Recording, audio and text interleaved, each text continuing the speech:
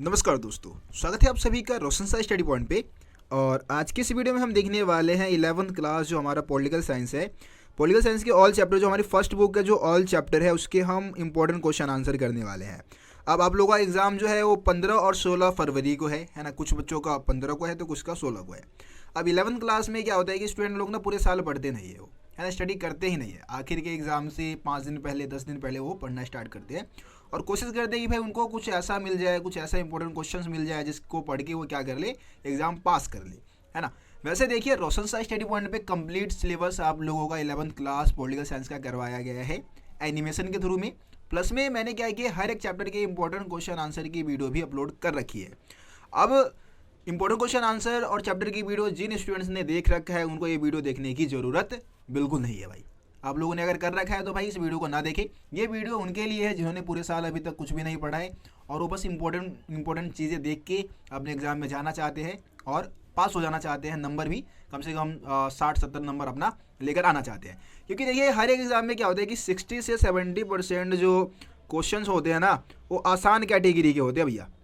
आसान कैटेगरी के मतलब कि हर एक एग्ज़ाम को ना बनाने का एक पैटर्न होता है, हर एक पेपर को बनाने का एक पैटर्न होता है, जिसमें क्या करते हैं कि लगभग 70% क्वेश्चन तो भाई आसान कैटेगरी का होता है, जिसको हर एक स्टूडेंट थोड़ा बहुत बेवकूफ़ है, मतलब जिसने साल के बस 1 महीने 15 दिन भी स्टडी कर ली तो 70% मार्क्स ला सकता है, अगर अच्छे से उसने 15 दिन भी पढ़ लिया है तो ठीक है।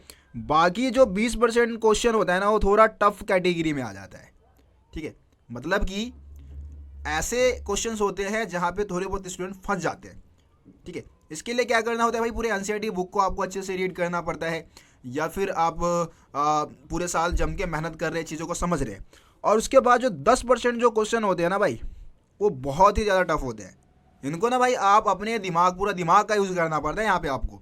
आप कोई रटा रटा आंसर यहाँ पे नहीं डाल सकते हो, है ना। बुक को पढ़ रखा है, समझ रखा है आपने, और खुद का दिमाग लगा के आप ऐसे क्वेश्चन का आंसर कर पाएंगे, ठीक है। तो 60 से 70% मार्क्स लाना भाई बहुत आसान है। और कुछ इंपॉर्टेंट क्वेश्चन आंसर भी आप अगर करके चले जाते हैं, आप 10-15-20 दिन भी आप जम के स्टडी कर लेते हैं ना, तो भाई 60-70 नंबर तो वही ले आओगे, ठीक है। तो आज की इस वीडियो में हम क्या करने वाले हैं, सभी क्वेश्चंस को देखने वाले। हर एक चैप्टर से कम 3 से 4 क्वेश्चन ही बताऊंगा जो कि हर एक चैप्टर से इंपॉर्टेंट है, और ये क्वेश्चन बार बार रिपीट होते रहते हैं। उसी भी पे मैं आप लोगों को बताने वाला हूँ, क्योंकि यार 5 सालों का अनुभव है भाई। 5 सालों से मैं अपने इंस्टीट्यूट में बच्चों को पढ़ा रहा हूँ, 11th-12th क्लास के स्टूडेंट को पढ़ाता हूँ, तो मेरे को इतना तो पता है कि कौन से चैप्टर से कौन सा इंपॉर्टेंट क्वेश्चन बनता है। तो चलिए अब चलते हैं हम अपने PDF में और वहाँ से क्वेश्चंस को देखना स्टार्ट करते हैं। तो हम चैप्टर 1 से स्टार्ट करते हैं, और जितने भी चैप्टर इस बुक से, यानी कि आपका संविधान, भारत का संविधान सिद्धांत और व्यवहार वाला जो बुक है, इसमें से जितने भी चैप्टर आपके इस टर्म में जो आ रहे हैं, सेकंड फाइनल एग्जाम में जितने भी चैप्टर आ रहे हैं, सभी चैप्टर से हम इंपॉर्टेंट क्वेश्चन आंसर करने वाले हैं। अब देखिए, अब यहाँ पे क्या है कि अगर आप लोग कमेंट करेंगे, ज़्यादा से ज़्यादा कमेंट अगर आता है सेकंड बुक के लिए, तो सेकंड बुक के भी ऑल चैप्टर के इंपॉर्टेंट क्वेश्चन आंसर की वीडियो में बना दूंगा। अगर कमेंट नहीं आएगा, आपका डिमांड नहीं होगा, तो फिर मैं नहीं बनाऊंगा, ठीक है। तो आप लोग कमेंट में बता देना कि भाई आपको सेकंड बुक के भी इंपॉर्टेंट क्वेश्चन आंसर की वीडियो चाहिए या नहीं। अब देखिए, यहाँ पे जो हम संविधान की और कैसे जो हमारा पहला चैप्टर है उसमें से हम क्वेश्चंस को देख लेते हैं। तो पहला क्वेश्चन आपका है, संविधान से आप क्या समझते हैं, इंपॉर्टेंट है। 2 नंबर में ये क्वेश्चन आ जाता है, शॉर्ट क्वेश्चन आएगा, ठीक है। तो संविधान की परिभाषा आप आसान परिभाषा देंगे कि भाई संविधान एक लिखित दस्तावेज है जिसके माध्यम से किसी देश की शासन व्यवस्था को चलाया जाता है। इसमें सारे नियम, कायदे, कानून लिखे होते हैं। सरकार को कैसे चलाना है, किस तरीके से चलाना है, ये सारा कुछ हमारे को संविधान में लिखी हुई मिल जाती है। उसके बाद आप अगला क्वेश्चन देखेंगे, हमें संविधान की आवश्यकता क्या है। संविधान की आवश्यकता क्या है, या एक देश में संविधान की क्या भूमिका होती है ना। एक सभ्य समाज में संविधान की क्या भूमिका होती है, इस तरीके से भी क्वेश्चन आ जाता है। अब क्वेश्चन को पूछने का तरीका बस चेंज रहेगा भाई। क्वेश्चन ना वही होते हैं, क्वेश्चन बार बार भाई वही साल हर साल वही क्वेश्चन रिपीट होते रहते हैं, बस पूछने का तरीका बस अलग होता है, और उसी में बच्चे फंसते हैं। तो आपको फंसना नहीं है भाई। संविधान की क्या आवश्यकता है, संविधान की भूमिका बताइए, है ना, ठीक है। तो बात तो ही है। अब देखिए, यहाँ पे हम संविधान की आवश्यकता में क्या लिखेंगे कि भाई संविधान जो है उसके माध्यम से किसी देश की शासन व्यवस्था को चलाया जाता है ना। शासन व्यवस्था को चलाने के लिए हमारे को संविधान की आवश्यकता है। इसके अलावा हमें संविधान की आवश्यकता इसलिए भी पड़ती है क्योंकि देश में कानून व्यवस्था बनी रहे, है ना। कानून व्यवस्था को संचालित करने के लिए सरकार की शक्तियों का दुरुपयोग ना हो, ये भी संविधान की ज़रूरत है एक तरीके से कि भाई सरकार क्या करे, अपने सत्ता का दुरुपयोग ना करे, देश में विभिन्न जाति धर्म एवं वर्गों के लोग साथ साथ रहे, ऐसे में उनके बीच मतभेद ना हो। तो समाज में तालमेल बनाने के लिए भी संविधान की ज़रूरत होती है। ठीक है, तालमेल की स्थापना करने के लिए हमारे को संविधान चाहिए। इसके अलावा संविधान जो है नागरिकों को मौलिक अधिकार प्रदान करता है, धार्मिक स्वतंत्रता का अधिकार प्रदान करता है ना। संविधान भी एक अधिकार प्रदान कर रहा है। इसकी वजह से क्या कर सकते हैं, व्यक्ति अपना व्यक्तित्व का विकास कर सकते हैं। ठीक है, सरकार समूह संगठन के बीच तालमेल बनाने के लिए, ठीक है, जितने भी संगठन होते हैं देश में या सरकार है, उनके बीच में, लोगों के बीच में तालमेल बनाने के लिए हमारे को संविधान की ज़रूरत होती है। ये इंपॉर्टेंट क्वेश्चन है, लॉन्ग क्वेश्चन भी आ सकता है, 6 मार्क्स में भी आ सकता है, 4 मार्क्स में भी आ सकता है, 2 मार्क्स में भी आ सकता है। ठीक है, तो इंपॉर्टेंट क्वेश्चन है काफ़ी। उसके बाद एक क्वेश्चन और हम देख लेते हैं इसमें से, जो आपका है, ये भी लॉन्ग क्वेश्चन में आता है भाई, भारतीय संविधान की विशेषता बताइए। भारतीय संविधान की विशेषता आसान पॉइंट है। ठीक है, आसानी से आप इसका आंसर कर सकते हैं। देखिए, भारतीय संविधान की विशेषता क्या है, फीचर्स क्या है भारतीय संविधान की। तो भारतीय संविधान क्या है, विश्व का सबसे बड़ा संविधान है और भारतीय संविधान लिखित संविधान है। ठीक है, सबसे पहला पॉइंट तो बता दोगे भाई, भारतीय संविधान विश्व का सबसे बड़ा संविधान है, और दूसरा पॉइंट बता दो, ये लिखित संविधान है ना। और भारत का संविधान विश्व का सबसे सफल संविधान है, सबसे बढ़िया संविधान माना जाता है, सक्सेसफुल संविधान माना जाता है इसको, है ना। भारत का संविधान जो है कठोर और लचीला दोनों का मिश्रण है। मतलब कि इसके कई प्रस्ताव ऐसे होते हैं, कई कानून ऐसे बनाए गए हैं जिसमें ना संशोधन आसानी से हो सकता है, इसलिए इसको हम लचीला बोल देते हैं। कई में भाई आसानी से संशोधन नहीं हो सकता, इसलिए हम इसको कठोर बोलते हैं। ठीक है, भारत के संविधान में अलग अलग देशों के मौलिक प्रावधान लिए गए हैं, जैसे कि मौलिक अधिकार है, नीति निर्देशक तत्व है, बहुत सारे कानून हमने क्या किया, दूसरे देशों से भी लिया है। ये भी इसकी एक विशेषता है। भारतीय संविधान में अनुच्छेद कितने हैं, 395, भाग है 22 और 8 अनुसूचियाँ है। वर्तमान में अनुसूचियों की संख्या कितनी है, 12 है। ठीक है, भारतीय संविधान में क्या है, संसदीय शासन प्रणाली की स्थापना की गई है संविधान के माध्यम से। भारतीय संविधान में एकल नागरिकता का वर्णन किया गया है, यानी कि भारत के लोगों को एकल नागरिकता मिलेगी। हम क्या है, सिर्फ भारत के नागरिक है। हम बोलते हैं ना कि मैं बिहारी हूँ, यूपी वाला हूँ, ऐसे मतलब नागरिक नहीं है, हम बिहार के नागरिक नहीं है, हम यूपी के नागरिक नहीं है, हम सिर्फ एक ही जगह के नागरिक है, वो इंडिया, हम भारत के नागरिक है। इसीलिए भारतीय संविधान में एकल नागरिकता की व्यवस्था की गई है। सार्वभौमिक वयस्क मताधिकार व स्वतंत्र निष्पक्ष प्रणाली का वर्णन किया गया है। मतलब कि संविधान ने क्या किया है, हमारे को सार्वभौमिक वयस्क मताधिकार प्रदान कर रखा है। ठीक है, भारतीय संविधान में मौलिक अधिकार व मौलिक कर्तव्यों का भी वर्णन है। तो मौलिक अधिकार आपको पता है, हमारे 6 मौलिक अधिकार है। मौलिक कर्तव्य की जो कर्तव्य है वो कुल मिला के 11 है ना, 11 मौलिक कर्तव्य है हमारी। ठीक है, इसके अलावा भारतीय संविधान में न्यायपालिका की स्वतंत्रता है। मतलब भारतीय संविधान ने क्या किया है, एक स्वतंत्र न्यायपालिका की स्थापना की है। ठीक है, तो ये आपके हो गए लगभग 10 पॉइंट भारतीय संविधान की विशेषता में। काफ़ी इंपॉर्टेंट है, लॉन्ग क्वेश्चन आ सकता है भाई, 4 मार्क्स में और 6 मार्क्स में भी ये क्वेश्चन पूछा जा सकता है। उसके बाद एक और पॉइंट एक और क्वेश्चन इस चैप्टर से देख ले। 3 क्वेश्चन हो चुके हैं, चौथा क्वेश्चन आपको बता देता हूँ। भारतीय संविधान को उधार का थैला क्यों कहा जाता है? ठीक है, इसके पीछे क्या कारण है कि भारतीय संविधान को उधार का थैला कहा जाता है? तो आपको पता है कि भाई भारतीय संविधान में ना बहुत सारे प्रावधान दूसरे देशों से लिए गए हैं, इसीलिए भारतीय संविधान को उधार का थैला कहा जाता है। अब कुछ पॉइंट्स भी आप बता सकते हैं, जैसे कि अमेरिका के संविधान से हम बात करें तो मौलिक अधिकार का प्रावधान लिया गया है, सोवियत संघ से मौलिक कर्तव्य का प्रावधान लिया गया है, आयरलैंड से नीति निर्देशक सिद्धांत लिए गए हैं, जर्मनी से आपातकालीन स्थिति मतलब कि इमरजेंसी कैसे लगेगा वो प्रावधान जर्मनी के संविधान से है। फ्रांस के संविधान की बात करें भैया तो फ्रांस से स्वतंत्रता, समानता और बंधुत्व की जो विचारधारा है ना, ये कहाँ से लिया गया? फ्रांस के संविधान से। ब्रिटेन से चुनाव प्रणाली, संसदीय व्यवस्था, ये कहाँ से लिया गया है? ब्रिटेन के संविधान से। दक्षिण अफ्रीका के संविधान से कौन सा प्रावधान लिया गया है भैया?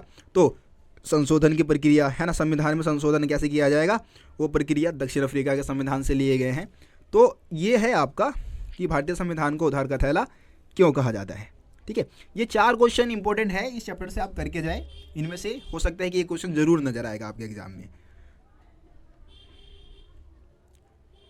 अब चैप्टर नंबर 2 है आपका भारतीय संविधान में अधिकार। लेकिन इस साल क्या किया गया कि चैप्टर नंबर 2 को ना चैप्टर नंबर 1 में ही ऐड कर दिया गया है, और कुछ जो आपके चैप्टर नंबर 9 और 10 के जो कुछ टॉपिक थे, कुछ टॉपिक गिने चुने टॉपिक जो है वो ऐड किए गए हैं। तो इसमें हम वैसे मैंने चैप्टर नंबर 2 ही डाल रखा है, भारतीय संविधान में अधिकार, कोई दिक्कत नहीं है, हम इसको चैप्टर नंबर 2 ही ले लेते हैं। तो सबसे पहले यहाँ पे आपको समझना है कि भाई मौलिक अधिकार किसे कहते हैं। इंपॉर्टेंट क्वेश्चन है, मौलिक अधिकार से आप क्या समझते हैं।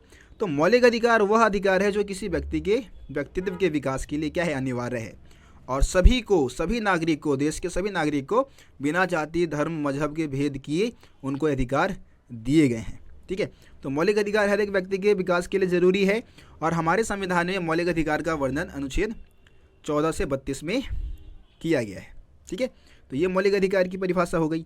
उसके बाद हमारे भारतीय संविधान में कितने मौलिक अधिकार है, तो 6 मौलिक अधिकार है, आपके एग्जाम में आ सकता है। सबसे पहले समानता का अधिकार, जिसका वर्णन अनुच्छेद 14 से 18 में है। उसके बाद स्वतंत्रता का अधिकार है, जो कि है 19 से 22 में। उसके बाद आपका तीसरा जो मौलिक अधिकार है, शोषण के विरुद्ध मौलिक अधिकार है, जिसका वर्णन है अनुच्छेद 23 से 24 में। उसके बाद धार्मिक स्वतंत्रता का अधिकार है, जिसका वर्णन अनुच्छेद हमारे जो किया गया है वो 25 से 28 में किया गया है। उसके बाद जो आपका पाँचवा जो मौलिक अधिकार है वो है सांस्कृतिक तथा शिक्षा संबंधित अधिकार। इसका वर्णन किस में किया गया है, 29 से लेकर 31 में। और जो हमारा छठा है वह संवैधानिक उपचारों का अधिकार, जो कि सभी अधिकारों का संरक्षक भी माना जाता है, और इसका वर्णन अनुच्छेद 32 में किया गया है। ठीक है, तो ये 6 मौलिक अधिकार है। इसमें से कोई एक मौलिक अधिकार के बारे में भी आपसे एग्जाम में पूछ सकते हैं, लेकिन ज़्यादा कोशिश यही रहता है कि 6 मौलिक अधिकार के बारे में बताइए, 6 नंबर का क्वेश्चन आ सकता है। ठीक है, तो जब 6 मौलिक अधिकार का अगर क्वेश्चन आता है 6 नंबर में, तो थोड़ा थोड़ा आप इन मौलिक अधिकारों के बारे में भी बताएंगे। ठीक है, जैसे समानता का अधिकार है, तो भाई सभी देश में सभी लोग क्या है, समान है, धर्म जाति वर्ग के आधार पे, रंग के आधार पे किसी के साथ किसी प्रकार का भेदभाव नहीं होना चाहिए। इस तरीके से आप इसको डिफाइन कर सकते हैं। सभी मौलिक अधिकार के बारे में थोड़ा थोड़ा आप बता देंगे। ठीक है,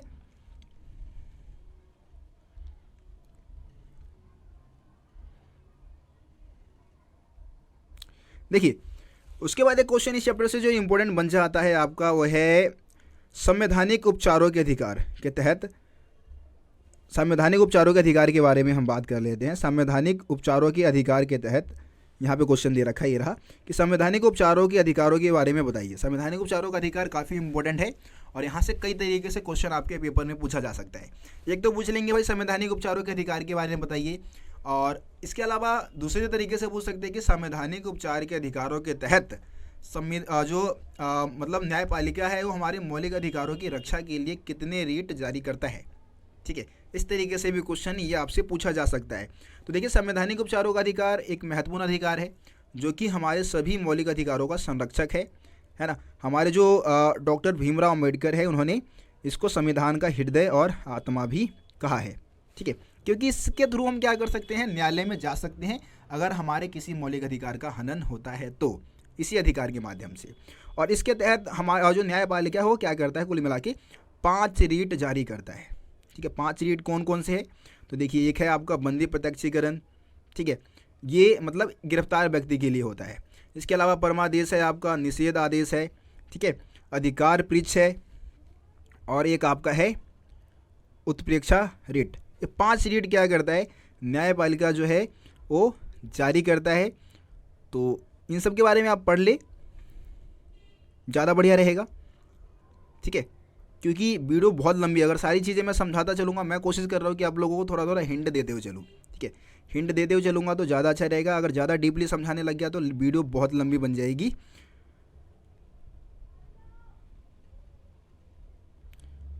देखिए, इसके अलावा आप इस चैप्टर से मौलिक कर्तव्यों के बारे में भी क्वेश्चन जो है इसको भी कर सकते हैं। मौलिक कर्तव्य वाला जो क्वेश्चन है ये भी काफ़ी ज़्यादा इंपॉर्टेंट है। ठीक है, तो हमारे जो मौलिक कर्तव्य है उसके बारे में हम जान लेते हैं। देखिए 1976 में क्या हुआ, 42वां संशोधन हुआ, और इसके तहत हमारे मौलिक कर्तव्यों का वर्णन किया गया है। 11 मौलिक कर्तव्य है। कितने मौलिक कर्तव्य है, 11। अब कौन कौन से हैं, तो देखिए कुछ मौलिक कर्तव्यों का वर्णन किया गया, पूरे 11 नहीं बता रखे हैं।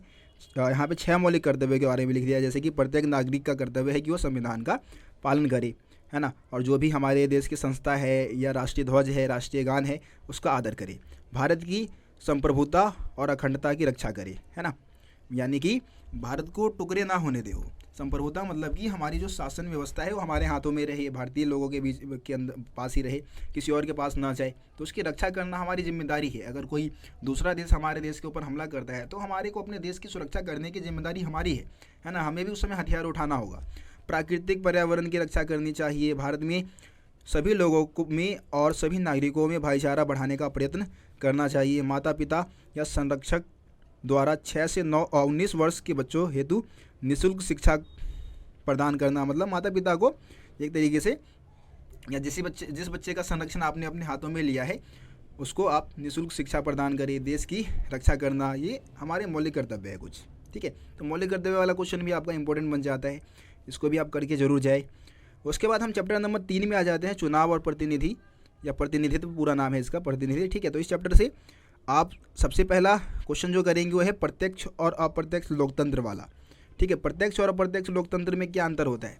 देखिए, प्रत्यक्ष लोकतंत्र में लोग क्या करते हैं ना, शासन व्यवस्था में सीधे हिस्सेदारी लेते हैं, सीधे अपने तरीके से क्या करते हैं, शासन चलाते हैं, है ना। हर एक व्यक्ति को शासन चलाने में बराबर की हिस्सेदारी मिली होती है। ये व्यवस्था कहाँ प्रचलित थी? यूनान में, ठीक है। यूनान में क्या होता था कि लोग स्वयं एक जगह इकट्ठे होकर सभी फैसले लिया करते थे। अब देखिए, यूनान में जो संख्या की बात करें तो संख्या कम थी, है ना। तो संख्या कम होने की वजह से क्या था कि वहाँ पे ये व्यवस्था ज़्यादा अच्छे से चल पाता था। लेकिन अगर हम आधुनिक समय की बात करें तो आधुनिक समय में क्या है, प्रत्यक्ष लोकतंत्र नहीं चल सकता भैया, क्योंकि यहाँ पे क्या है, जनसंख्या ज़्यादा हो गई है, विविधताएं बहुत ज़्यादा है। तो इसीलिए क्या होता है, अब अप्रत्यक्ष लोकतंत्र है। अप्रत्यक्ष लोकतंत्र में हम क्या करते हैं, सत्ता में हम सीधे तौर पे हिस्सेदारी नहीं लेते, बल्कि हम क्या करते हैं, अपना एक जनप्रतिनिधि चुन लेते हैं, है ना। अपना क्या करते हैं, प्रतिनिधि भेजते हैं सरकार चलाने के लिए, जो क्या करता है, हमारी तरफ से सरकार चलाता है ना। क्योंकि इसमें हम सीधे तौर पे शासन व्यवस्था में हिस्सेदारी नहीं ले रहे हैं, है ना। वोट के माध्यम से, इलेक्शन के माध्यम से हम सत्ता में हिस्सेदारी ले रहे हैं, और हमने जिस व्यक्ति को चुना है वो हमारे ऊपर क्या कर रहा है, शासन कर रहा है, मतलब हमारे तरफ से नीतियों को बना रहा है। तो ये है अप्रत्यक्ष लोकतंत्र की व्यवस्था, जो कि आधुनिक समय में प्रचलित है। क्योंकि आधुनिक समय में भाई देशों की जनसंख्या बहुत ज़्यादा है। अब हम एक ऐसे जगह पे सभी पूरे देश के लोगों को एक जगह थोड़ी इकट्ठा कर सकते हैं। तो इस कारण अप्रत्यक्ष लोकतंत्र अभी प्रचलित है।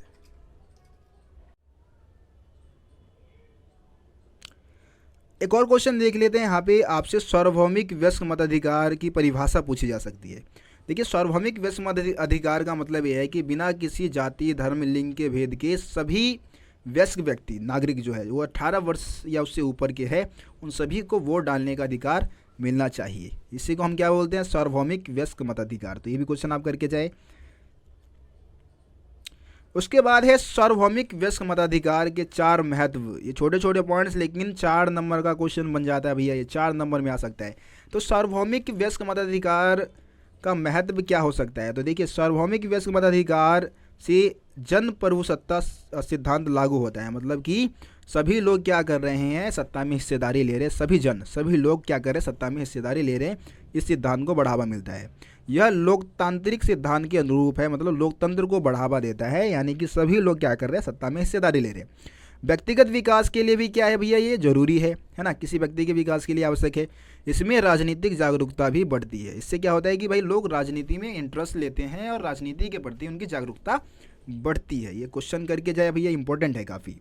अगला क्वेश्चन है, निर्वाचन आयोग के प्रमुख कार्य बताइए। ठीक है, तो निर्वाचन आयोग क्या कार्य करेगा भैया, तो मतदाता सूची तैयार करेगा ही, है ना। चुनाव की तिथि तय करता है, यानी कि किस डेट को चुनाव होगा, चुनाव करवाना, उसका निरीक्षण करना, उसकी देखरेख करना चुनाव आयोग का काम है।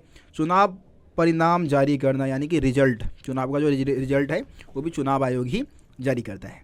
ठीक है, ये क्वेश्चन भी आप जरूर करके जाए।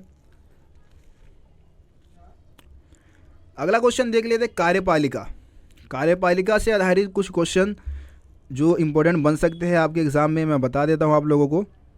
सबसे पहले कार्यपालिका की परिभाषा आप करके जाए। कार्यपालिका है क्या, तो कार्यपालिका सरकार का वह अंग है जो विभिन्न नियम कायदों को लागू करता है और प्रशासन का काम भी करता है ना। प्रशासन के काम करने की जिम्मेदारी किसकी है, कार्यपालिका की है। कार्यपालिका के प्रकार को आप समझ ले भाई, कार्यपालिका के प्रकार कौन कौन से है, तो कार्यपालिका के कई प्रकार हैं। ठीक है, यहाँ पे देखिए कार्यपालिका के सभी प्रकार बताए गए, जैसे कि सामूहिक नेतृत्व के सिद्धांत पर आधारित, तो इसमें आपका एक तो बता दिया भाई संसदीय शासन व्यवस्था, है ना। संसदीय कार्यपालिका में क्या होता है कि प्रधानमंत्री सरकार का प्रमुख होता है ना। और प्रधानमंत्री विधायिका में बहुमत वाले दल का नेता होता है, यानी कि जिस पार्टी को बहुमत मिलता है उसका नेता कौन होता है, प्रधानमंत्री होता है ना। वह विधायिका के प्रति क्या होता है, उत्तरदायी होता है, मतलब विधायिका के प्रति उसको उत्तरदायी रहना पड़ता है। देश का प्रमुख इनमें से कोई भी हो सकता है, यानी कि देश का प्रमुख जो होता है वो प्रधानमंत्री नहीं होता है, बल्कि राजा हो सकता है जहाँ पे राजतंत्र, असंवैधानिक राजतंत्र है, या फिर राष्ट्रपति। ठीक है, जैसे कि उदाहरण के लिए हम भारत की बात कर ले तो भैया भारत में क्या है, भारत में देश का जो मतलब प्रमुख है वो राष्ट्रपति है, लेकिन सरकार का प्रमुख जो है वो प्रधानमंत्री है। सारे शासन व्यवस्था को कौन चलाता है, प्रधानमंत्री। ठीक है, उसके बाद है अध्यक्षात्मक व्यवस्था भी हम इसको बोल सकते हैं। इसमें क्या होता है, इस व्यवस्था में ना राष्ट्रपति देश का प्रमुख होगा। जैसे कि श्रीलंका का एग्जाम्पल है, श्रीलंका में राष्ट्रपति क्या है, देश का प्रमुख है, प्रधानमंत्री जो होगा वो सरकार का प्रमुख होगा। ठीक है, और प्रधानमंत्री और उसका मंत्री परिषद विधायिका के प्रति क्या होते हैं, उत्तरदायी होते हैं। ठीक है, तो इसमें मतलब एग्जाम्पल के लिए आपका ये सृजन लिखा है, शब्द थोड़ा गलत लिखा गया है, यहाँ पे आपका श्रीलंका होगा। ठीक है, क्या लिखेंगे आप, श्रीलंका। ठीक है, उदाहरण के लिए आप श्रीलंका की व्यवस्था के बारे में बता सकते हैं, जहाँ पे राष्ट्रपति देश का प्रमुख है, प्रधानमंत्री जो होता है वो सरकार का प्रमुख होता है। ठीक है, ये आपका अध्यक्षात्मक व्यवस्था हो गया। उसके बाद अध्यक्षात्मक व्यवस्था की हम बात कर लेते हैं। अध्यक्षात्मक व्यवस्था की क्या खासियत होती है कि राष्ट्रपति देश का प्रमुख होगा और सरकार का प्रमुख भी कौन होगा, राष्ट्रपति होगा। ठीक है, और राष्ट्रपति का चुनाव आमतौर पर क्या होता है, प्रत्यक्ष मतदान के द्वारा होता है। लेकिन अगर हम संसदीय व्यवस्था की बात करें तो वहाँ पे राष्ट्रपति का चुनाव प्रत्यक्ष विधि से नहीं होता है ना। उदाहरण इसका है सबसे बढ़िया अमेरिका का उदाहरण आप दे सकते हैं। तो ये पॉइंट्स आपका हो गया। आखिर में एक और क्वेश्चन को हम समझ लेते हैं इस चैप्टर से, इसको भी आप करके जरूर जाए। ठीक है, आसान क्वेश्चन है, वैसे ऊपर आपको समझा दिया। संसदीय व्यवस्था की विशेषता बतानी है। भारत की संसदीय व्यवस्था की क्या विशेषता है, आपको पता है कि भारत में क्या है कि जो राष्ट्रपति है ना वो भाई नाम मात्र का शासक है ना, नाम मात्र का। वास्तविक शक्ति किसके पास है, मंत्रिमंडल के पास है, कार्यपालिका की। कार्यपालिका का प्रमुख वैसे कौन है, राष्ट्रपति है, लेकिन शक्ति का यूज कौन करता है, प्रधानमंत्री और मंत्रिमंडल। ठीक है, सबसे फेमस मतलब सबसे ज़्यादा शक्तिशाली भारत में कौन है, प्रधानमंत्री है। और ये जो कार्यपालिका है वो संसद में क्या होता है, घनिष्ठ संबंध होता है, यानी कि कार्यपालिका का जो जितना भी कामकाज है वो संसद के अंदर ही होता है। वहीं पे वो बैठ के बुलाई जाती है, वहीं पे बिल पेश की जाती है, सारे काम वहीं पे होता है। ठीक है, और जो राष्ट्रपति है वो मंत्रिमंडल से क्या होता है, अलग होता है, मंत्रिमंडल का सदस्य वो नहीं है।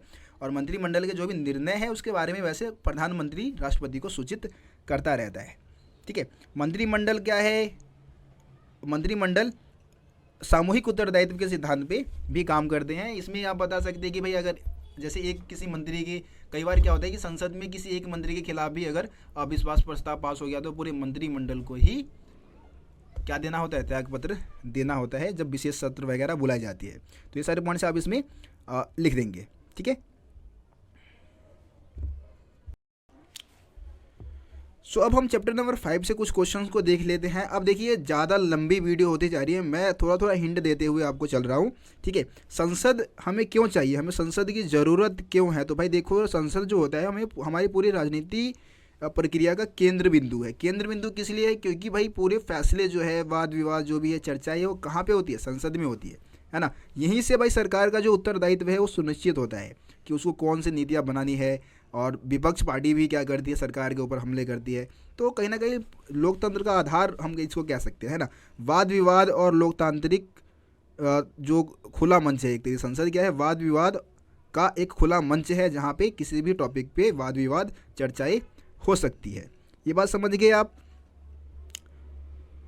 अब एक और क्वेश्चन आता है कि संसद में हमें 2 सदन की जरूरत क्यों है। आपको पता है कि भारत के जो हमारे संसद में 2 सदन है, एक तो आपका है लोकसभा, है ना।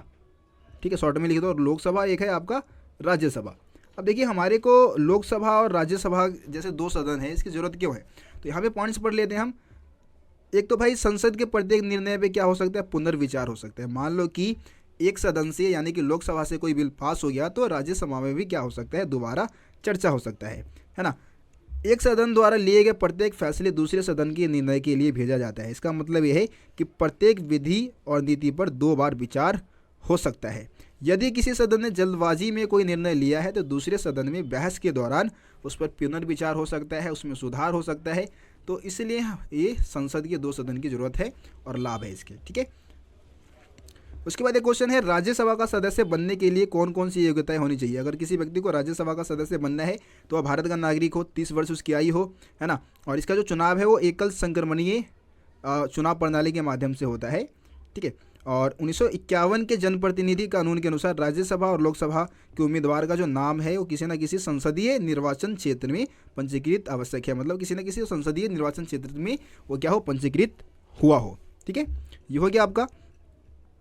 राज्यसभा की शक्तियाँ भी बता रखी है। राज्यसभा की कौन कौन सी शक्तियाँ होती है, तो भाई कुछ वित्तीय शक्ति है उसके पास। वित्तीय विधेयक को क्या कर सकता है, 14 दिनों तक अपने पास रोक सकता है, उससे ज़्यादा दिनों तक नहीं रोक सकता, है ना। संविधान में संशोधन करने संबंधित भी बहुत सारी शक्तियाँ हैं। प्रशासनिक शक्तियाँ मंत्रियों से उनके विभागों के संबंध में प्रश्न राज्यसभा में भी पूछे जा सकते हैं। जो ये मंत्री लोग हैं उनसे प्रश्न भी पूछा जा सकता है। अन्य शक्तियाँ जैसे कि महाभियोग लगाना है, आपातकाल की घोषणा करनी है, न्यायाधीश और उसके पदों को पद से हटाने, है ना, ये सब काम किसके है, राज्यसभा के है। राज्यसभा की शक्तियों में ही आ जाते हैं सारी चीज़ें, ठीक है। उसके बाद राज्यसभा की रचना के बारे में बता रखे भाई, राज्यसभा की रचना कैसे की जाती है, ठीक है। तो राज्यसभा की रचना या गठन कैसे की जाती है, तो राज्यसभा के टोटल सदस्य होते हैं 250, है ना, जिसमें से 12 सदस्य जो है वो राष्ट्रपति द्वारा मनोनीत किए जाते हैं और 238 जो है वो अप्रत्यक्ष विधि द्वारा चुने जाते हैं। इसका चुनाव जो है आपको पता है एकल संक्रमणीय मत प्रणाली के आधार पर होता है। निर्वाचन कितने साल के लिए होता है, 6 वर्ष के लिए होता है। राज्यसभा को एक स्थायी सदन माना जाता है क्योंकि इसको भंग नहीं कर सकते हैं। इसके जो मतलब सदस्य हैं ना, 1/3 सदस्य, वो हर 2 वर्ष में चुने जाते हैं, ठीक है। तो हर 2 वर्ष में नए 1/3 सदस्य आ जाते हैं, इस कारण इसको भंग नहीं किया जा सकता है। और जो मनोनीत सदस्य है जो कि राष्ट्रपति द्वारा मनोनीत किए जाते हैं वो साहित्य, विज्ञान और कला और खेल के क्षेत्र से आते हैं, ठीक है। ये हो गया। इसी तरीके से आपसे मैं रिक्वेस्ट करूंगा कि आप लोकसभा की रचना के बारे में भी आप खुद ही पढ़ ले, ज़्यादा बेटर रहेगा, ठीक है।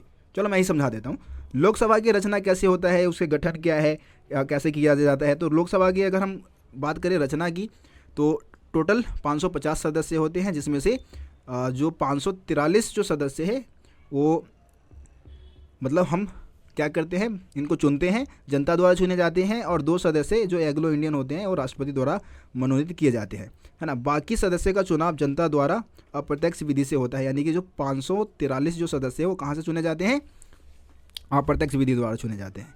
इसका कार्यकाल 5 वर्षों के लिए होता है, लेकिन उससे पहले भी इसको हम क्या कर सकते हैं, भंग हो सकता है, ठीक है। इसको अस्थायी सदन भी बोला जाता है।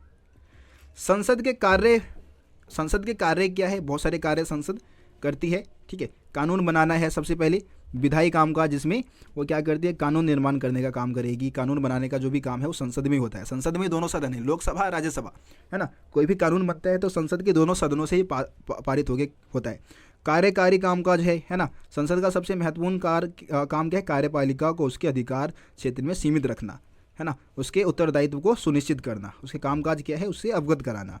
वित्तीय काम है भाई, वित्तीय काम भी होता है, यानी कि धन का उपलब्ध कराना। जो सरकार है, सरकार के जो भी खर्चे हैं उसका ब्यौरा रखना, उसका लेखा जोखा संसद को सौंपना, ठीक है। और संसद यह भी सुनिश्चित करता है कि सरकार ना तो गलत खर्च करे और ना ज़्यादा खर्च करे, मतलब गलत जगह पे पैसे इन्वेस्टमेंट खर्च नहीं होने चाहिए और ज़रूरत से ज़्यादा खर्च भी नहीं होना चाहिए। ये भी देख रेख कौन करता है, संसद ही करता है। तो ये वित्तीय कामकाज में हो गया। प्रतिनिधि संबंधित कामकाज है, संसद देश के विभिन्न क्षेत्र के सामाजिक और आर्थिक तथा धार्मिक समूह के अलग अलग विचारों का प्रतिनिधित्व करता है, क्योंकि यहाँ के जो सदस्य होते हैं संसद के वो अलग अलग जगह से आते हैं। बहस का सबसे बढ़िया मंच है, हर विवाद पे हर विषय पे यहाँ पे चर्चा हो सकता है ना। नेता लोग करते भी है, आपको पता है। संवैधानिक कार्य भी है, जैसे कि संसद के पास अधिकार होता है कि वो संविधान में संशोधन कर सकता है। संसद के दोनों सदनों की संवैधानिक शक्तियाँ समान है। प्रत्येक संविधान में संशोधन का जो संसद के दोनों सदन है उसमें से विशेष बहुमत द्वारा पारित होना चाहिए। मतलब संविधान में संशोधन संबंधित जो भी विधेयक है वो दोनों सदनों से क्या होना चाहिए, पारित होना चाहिए। निर्वाचन संबंधित काम है संसद का, भाई चुनाव करवाते हैं, राष्ट्रपति उपराष्ट्रपति के चुनाव है वो किसके द्वारा करवाए जाते हैं, संसद के द्वारा होता है। तो संसद के प्रमुख कार्य हो गए आपके, ठीक है। तो ये सारे क्वेश्चन आप इस चैप्टर से जरूर करके जाए, इंपॉर्टेंट है, आता है। कानून निर्माण की प्रक्रिया, भाई कानून निर्माण की प्रक्रिया को भी आप एक बार देख ले जरूर कि संसद कानून कैसे बनाती है ना। तो संसद में ये कानून जो बनाया जाता है उसके लिए एक बिल होता है, बिल को पेश किया जाता है, प्रथम वाचन होते हैं, दूसरा वाचन है, बहुत सारी अवस्थाएं होती हैं। इन अवस्थाओं से गुजरने के बाद फिर क्या होता है कि राष्ट्रपति के पास उसको भेजा जाता है और राष्ट्रपति उस विधेयक पे अगर हस्ताक्षर कर देता है तो वो विधेयक क्या बन जाता है, कानून बन जाता है। ठीक है, तो इसको थोड़ा शॉर्ट में यहाँ पे समझाने की कोशिश की गई है, आप इसको एक बार देख लेना।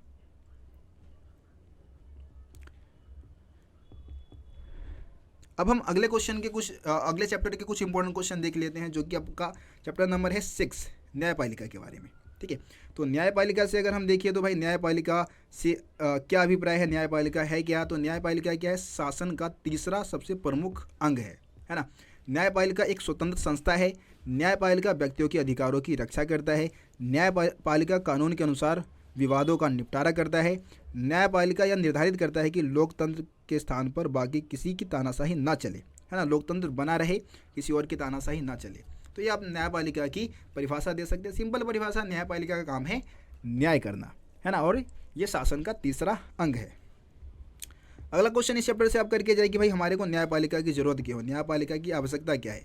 तो हमें स्वतंत्र न्यायपालिका की आवश्यकता है ताकि विधायिका और कार्यपालिका दोनों न्यायपालिका के कार्यों में किसी प्रकार की बाधा ना डाले, है ना। सरकार के अन्य अंग न्यायपालिका के फैसलों पर हस्तक्षेप ना करे। ठीक है, जज बिना किसी भय, बिना भेदभाव के फैसले सुना सके। इसलिए हमारे को क्या है, न्यायपालिका, एक स्वतंत्र न्यायपालिका की मतलब आवश्यकता है। ठीक है, उसके बाद है अगला क्वेश्चन देख लेते हैं हम, न्यायपालिका के क्षेत्राधिकार क्या है, मतलब कि पावर क्या है, उसकी अलग अलग शक्तियाँ। न्यायपालिका के सर्वोच्च न्यायालय के यहाँ पे बताया गया, सर्वोच्च न्यायालय के क्षेत्राधिकार आपको इसमें बताने हैं। उसके पावर क्या है, किस किस क्षेत्र में कहाँ कहाँ भूमिका निभाती है। तो सबसे पहले मौलिक अधिकार, मतलब मौलिक क्षेत्राधिकार में हम बता सकते हैं कि केंद्र और राज्य सरकार के बीच में जो भी विवाद होंगे उसको सुलझाने का काम करेगा। ये मौलिक क्षेत्राधिकार में आ जाता है। रीट, है ना, रीट संबंधित क्षेत्राधिकार है, जैसे कि मौलिक अधिकारों का संरक्षण करने के लिए वो क्या करती है, रीट जारी करती है। राष्ट्रपति उपराष्ट्रपति के चुनाव संबंधित विवादों को सुलझाने का काम करती है इसके अंतर्गत। इसके अलावा अपीलीय क्षेत्राधिकार है। अपीलीय में क्या होता है कि भाई अपील कर सकती है, जैसे कि दीवानी और फौजदारी जो भी मामले हैं उनसे जुड़े जो भी अधीनस्थ न्यायालय के जो मुकदमे हैं उस पर भी सुनवाई कर सकती है, उस पर अपील कर सकती है ना। इसके अलावा सलाहकारी संबंधित, जैसे कि जनहित के मामले में कानून के मसले पर राष्ट्रपति को सलाह देने का काम भी कर सकती है।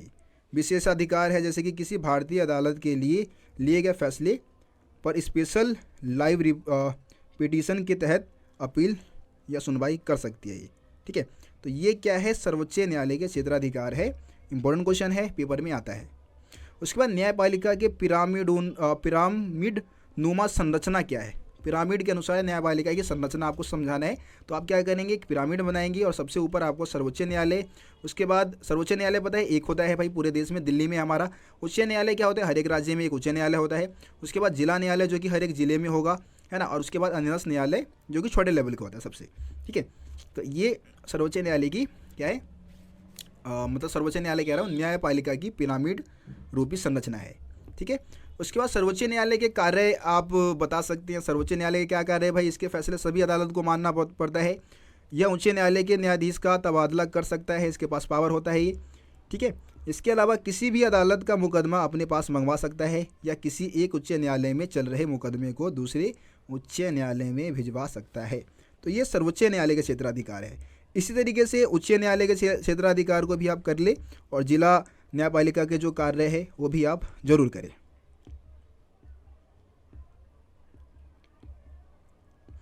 उसके बाद हम जनहित याचिका के बारे में बात कर लेते हैं। जनहित याचिका क्या होता है, काफ़ी ज़्यादा इंपॉर्टेंट है।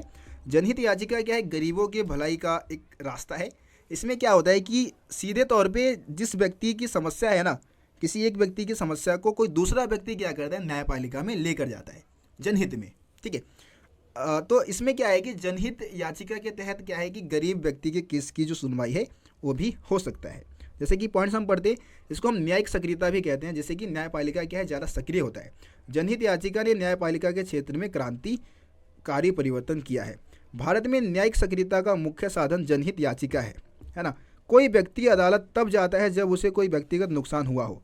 ऐसी स्थिति में वो अदालत में इंसाफ के लिए जाता है। लेकिन क्या हुआ, 1979 के बाद ऐसे मामले देखे जिसमें पीड़ित व्यक्ति के अलावा दूसरे व्यक्ति उनके अधिकार को लेकर न्यायपालिका के सामने जनहित याचिका रखी और न्यायपालिका से इस पर विचार किया। न्यायपालिका ने क्या किया, इस पर विचार भी किया। मतलब पीड़ित व्यक्ति कोई और है ना, समस्या किसी और की है, लेकिन न्यायपालिका में कोई और व्यक्ति जा रहा है, तो इसी को हम जनहित याचिका बोलते हैं। ठीक है, तो इसके बाद जनहित याचिका की बाढ़ सी लग गई। बहुत सारे लोगों ने क्या किया, जनहित याचिका के तहत मतलब बहुत सारे न्यायपालिका के सामने जनहित याचिका दायर की गई और समस्या किसी और की होती थी, लेकिन कोई और व्यक्ति उसको लेके न्यायपालिका में जाता था। ठीक है, तो ये क्वेश्चन भी आप कर ले। उसके बाद एक और क्वेश्चन इसमें से इंपॉर्टेंट बन सकता है कि जनहित याचिका बढ़ती जनसंख्या का कोई एक नकारात्मक पहलू बताइए। जनहित याचिका की कोई एक नकारात्मक पहलू बतानी है, या फिर क्वेश्चन अथवा में आ सकता है कि न्यायिक सक्रियता के फलस्वरूप न्यायपालिका पर बोझ बढ़ा है, इस कथन को की जांच कीजिए। मतलब कि न्यायिक सक्रियता जो है, यानी कि जो जनहित याचिका के तहत जो भी न्यायपालिका के पास केस जा रहा है, उसके वजह से क्या है कि काम का बोझ बढ़ गया है बहुत ज़्यादा न्यायपालिका के पास। ठीक है, इसी को समझाना है आपको कैसे बढ़ गया है। देखिए क्या है, पॉइंट्स पढ़ लेते हैं हम। इससे न्यायपालिका का काम जो है वो बढ़ गया है ना, बहुत ज़्यादा काम उसके पास आ गए हैं। न्यायिक सक्रियता से क्या है कि विधायिका, कार्यपालिका और न्यायपालिका के कार्यों के बीच का अंतर धुंधला हो गया है। जो काम अब क्या है, जो काम कार्यपालिका का है, मतलब जैसे कि प्रदूषण संबंधित हम विषय की बात करें, है ना, गरीबी उन्मूलन की अगर हम बात करें, तो ये काम कार्यपालिका की है। लेकिन अब ये सारे मामले कहाँ जा रहे हैं, न्यायपालिका के पास। इन पे सुनवाई कौन कर रहे हैं, न्यायपालिका। तो ये तो मामले भाई, इन सब पे काम करने का जो काम की जिम्मेदारी है वो कार्यपालिका की है, लेकिन ये न्यायपालिका के ऊपर थोपा जा रहा है और इसे न्यायपालिका का काम बढ़ रहा है ना। न्यायालय उन समस्याओं में उलझ गया है जिसे कार्यपालिका को हल करना चाहिए। उदाहरण के लिए वायु प्रदूषण, भ्रष्टाचार के मामले है ना, चुनाव सुधार की बात करिए, तो ये सब की वजह से काम का बोझ काफ़ी बढ़ गया है। ये क्वेश्चन भी आप कर ले, इंपॉर्टेंट है भाई।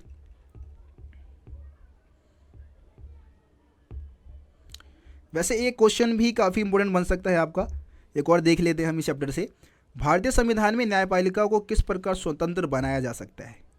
भारतीय संविधान में हम न्यायपालिका को किस तरीके से स्वतंत्र बना सकते हैं। ठीक है, मतलब कि न्यायपालिका के जो फैसले हो ना, इसको उसके ऊपर किसी का दबाव ना हो, बिना दबाव के वो अपने फैसले सुनाए। तो ऐसा कैसे सुनिश्चित हम कर सकते हैं, तो इसके लिए हम क्या कर सकते हैं, न्यायाधीशों की सेवानिवृत्ति की आयु निश्चित कर दी जाए। मतलब एक निश्चित आयु पे ही उनको रिटायर किया जाएगा, उससे पहले उनको नहीं किया जा सकता। इससे क्या होगा, बेखौफ होकर वो फैसले लेंगे। न्यायाधीशों को अच्छा वेतन दिया जाना चाहिए। न्यायाधीशों द्वारा दिए गए निर्णय को चुनौती नहीं दिया जा सकता है ना, ये भी व्यवस्था होनी चाहिए। दिए गए निर्णय के लिए न्यायाधीशों को जीवन सुरक्षा प्रदान किया जाना चाहिए। ठीक है, इसके अलावा सत्ता में बैठे लोग न्यायाधीशों के काम में बाधा ना पहुंचाए। न्यायाधीशों की नियुक्ति विधान पालिका का हस्तक्षेप नहीं होना चाहिए। मतलब विधान पालिका क्या करे, न्यायाधीश की नियुक्ति में हस्तक्षेप ना करे। ये सारे पॉइंट्स यहाँ पे आप लिख सकते हैं। आगे हम संघवाद वाले चैप्टर को देख लेते हैं। इसमें से सबसे पहला क्वेश्चन आप देख ले, ज़्यादा क्वेश्चन इसमें से बनेगा नहीं। ठीक है, सबसे पहले संघवाद का अर्थ आपको बताना है। तो संघवाद में क्या होता है, सरकार, दो स्तर की सरकार होती है, केंद्र स्तर और राज्य स्तर, है ना। ये संघवाद के मतलब में आप समझा सकते हैं कि वह संस्थागत प्रणाली है जिसमें दो स्तर की सरकारें होती है, एक प्रांतीय स्तर की और दूसरी केंद्र स्तर की। उसके बाद संघवाद की प्रमुख विशेषताएं आप करके जाए भाई। इसमें क्या होता है, दो स्तर की सरकार होगी, दो या तीन स्तर की भी हो सकती है। वैसे दो स्तर की आप बता दें, केंद्र और राज्य स्तर के बीच में क्या होगा, शक्तियों का बंटवारा किया जाएगा, है ना। इसके अलावा संविधान द्वारा सरकार का गठन किया जाएगा। एक संविधान होगा जिसके माध्यम से सरकार का गठन होगा। स्वतंत्र न्यायपालिका की व्यवस्था होगी जो कि केंद्र और राज्य सरकार के बीच में जो भी मतभेद होंगी उसको दूर करेगा। विशेष शक्तियाँ, यानी कि इसको हम बोल सकते हैं विशेष शक्ति जो होते हैं वो केंद्र सरकार के हाथों में होता है, केंद्र सरकार के हाथों में प्रोवाइड की जाती है। ठीक है, तो ये पॉइंट्स आप इसमें लिख सकते हैं।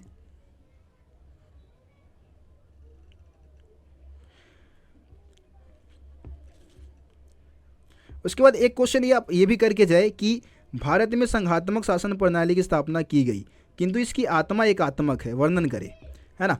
हम देखते हैं कि भारत में संघीय व्यवस्था अपनाया गया है जिसमें केंद्र और राज्य के बीच में शक्तियों का बंटवारा किया गया है, लेकिन इसकी जो आत्मा है वो एकात्मक है। ठीक है, एकात्मक कैसे है, तो भारत में क्या है कि जैसे हम बात करते हैं कि भारतीय संविधान में अनुच्छेद 1 में भारत को राज्यों का संघ कहा गया है। संविधान में ऐसे प्रावधान है जिससे स्पष्ट होता है कि भारत में संघात्मक शासन का वजूद है, लेकिन इसका स्वरूप क्या है, एकात्मक है।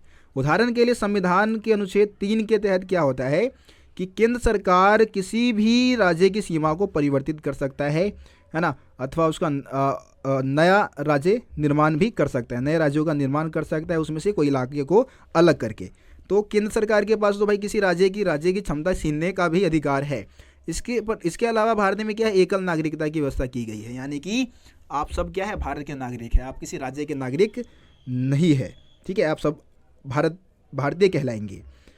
इसके अलावा भारत में एक ही सर्वोच्च न्यायालय की व्यवस्था की गई है।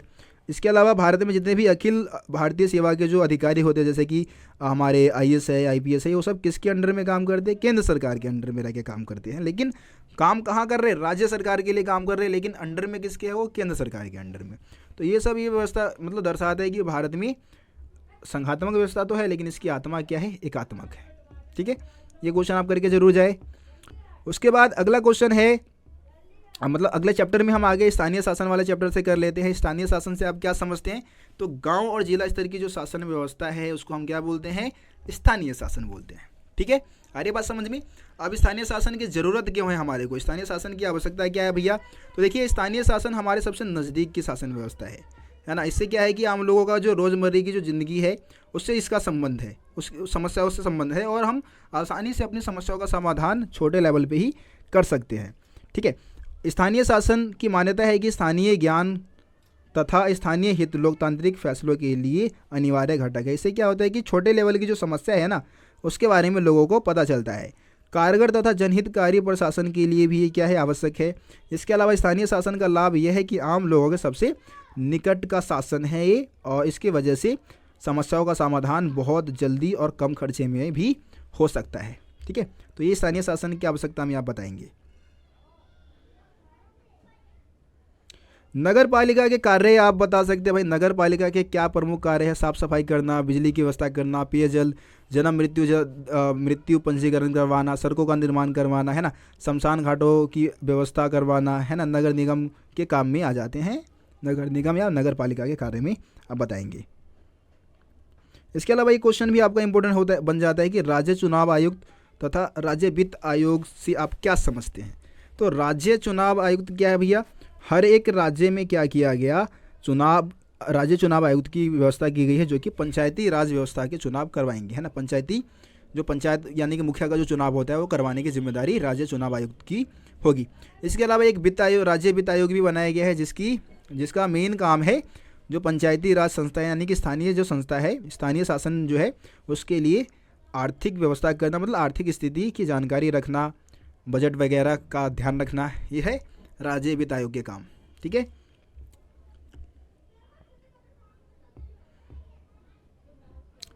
उसके बाद एक क्वेश्चन आप याद रख ले भाई, भारत में स्थानीय शासन का विकास कैसे हुआ। स्थानीय शासन का विकास की बात करें तो भाई भारत में प्राचीन काल से ही क्या था, सभा के रूप में स्थानीय शासन प्रचलन में था, सभा के रूप में, मतलब गांव में क्या होता था, लोग सभा बुलाते थे और वहाँ पे अपनी शासन व्यवस्था को चलाया करते थे। आधुनिक समय में जो ये व्यवस्था है ये कब अस्तित्व में आया, 1882 में, ठीक है। उस समय इसको हम मुकामी बोर्ड कहा करते थे। 1919 में भारत सरकार अधिनियम बनने पर अनेक प्रांतों में क्या हुआ, मतलब अनेक प्रांतों में ग्राम पंचायत का गठन किया गया। जब संविधान बना तो स्थानीय शासन का विषय जो था वो प्रदेशों को यानी कि राज्यों को सौंप दिया गया। संविधान का जो नीति निर्देशक सिद्धांत है उसमें भी इसकी चर्चा की गई थी स्थानीय शासन की, ठीक है। महात्मा गांधी भी पंचायती राज को बहुत बढ़िया मानते थे और इसको और ज़्यादा मजबूत बनाना चाहते थे, ठीक है।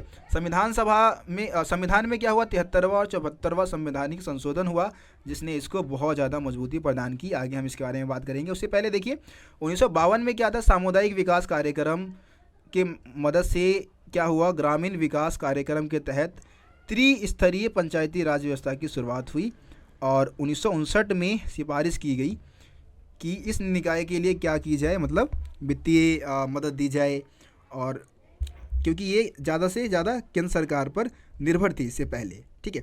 तो क्या होता है कि भाई अब 1987 में स्थानीय शासन की संस्थाओं का गहन पूर्वावलोकन शुरू होता है 1987 में, और 1987 में मतलब इसको और ज़्यादा बढ़िया बनाने की कोशिश की जाती है। और 1989 के आसपास क्या होता है, पीके थुंगन समिति ने क्या किया, इसको संवैधानिक दर्जा प्रदान करने की सिफारिश की, और ऐसा हुआ भी। 73वां और 74वां संवैधानिक संशोधन पारित हुआ और इसके तहत इसको संवैधानिक दर्जा दिया गया, और इसके लगातार अब चुनाव होते हैं। शहरी जो 73वां संवैधानिक संशोधन था वो ग्रामीण स्थानीय व्यवस्था से संबंध है, और जो 74वां संवैधानिक संशोधन था वो शहरी स्थानीय शासन से जुड़ा हुआ था। ठीक है, तो ये सारे पॉइंट्स आप इसमें बताएंगे। ये फर्स्ट बुक से जितने भी चैप्टर आपके आ रहे हैं उनमें से मैंने इंपॉर्टेंट क्वेश्चन बता दिया है। बाकी अगर आप सेकेंड बुक का भी इंपॉर्टेंट क्वेश्चन आंसर चाहते हैं तो आप मेरे को बताएं, कमेंट में बताएं। ठीक है, अगर आप लोग ज़्यादा से ज़्यादा कमेंट करेंगे तो मैं सेकेंड बुक के भी इंपॉर्टेंट क्वेश्चन आंसर की वीडियो बना दूंगा आप लोगों के लिए। तो कमेंट ज़रूर करें और वीडियो को ज़्यादा से ज़्यादा अपने दोस्तों को शेयर भी कर दें ताकि आपके दोस्त भी इस वीडियो से फ़ायदा उठा सके। मिलते हैं आप लोगों से अगली वीडियो में, तब तक के लिए जय हिंद, जय भारत, अपना ख्याल रखें।